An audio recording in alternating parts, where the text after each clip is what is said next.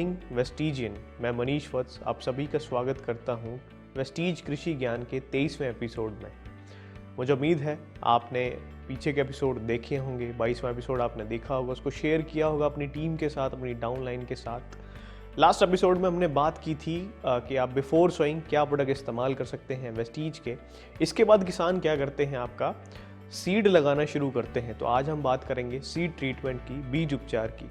सबसे पहले बात करते हैं कि किसान को बीज उपचार क्यों करना चाहिए, उसका मेन मोटो क्या रहता है और बीज उपचार करने से क्या फ़ायदे किसान को मिलते हैं।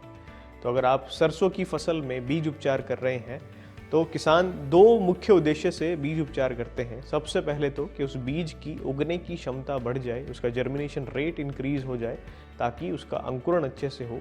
दूसरा, कई बार होता क्या है, आपकी फसल में बीज में कई बार आपका फंगस से होने वाली, फफूंद से होने वाली बीमारी की आने की संभावनाएं रहती हैं। तो अगर आप बीज उपचार करते हैं तो उसकी संभावनाएं कम हो जाती हैं।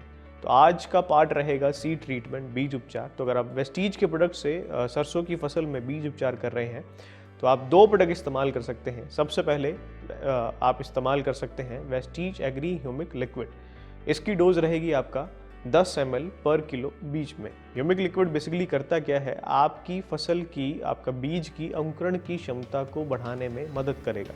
अगर आप ह्यूमिक लिक्विड से बीज उपचार अगर आप करते हैं तो आपका बीज अच्छे से उगेगा, उसकी अंकुरण की क्षमता अच्छे से बढ़ जाएगी।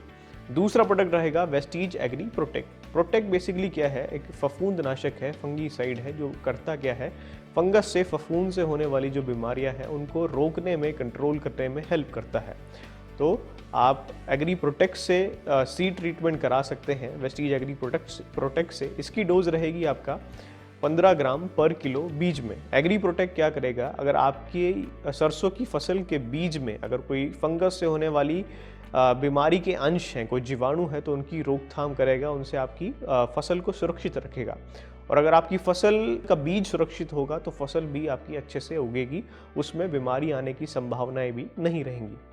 मुझे उम्मीद है कि आपको ये पॉइंट्स पसंद आएंगे, आप इनको शेयर करेंगे अपनी टीम के साथ, अपनी डाउनलाइन के साथ। ऐसे ही पॉइंट्स के लिए आप जुड़े रहिए हमारे साथ। हम लोग फिर से हाजिर होंगे वेस्टीज कृषि ज्ञान के 24वें एपिसोड में। सो आज के लिए इतना ही। Thank you very much. Wish you wealth.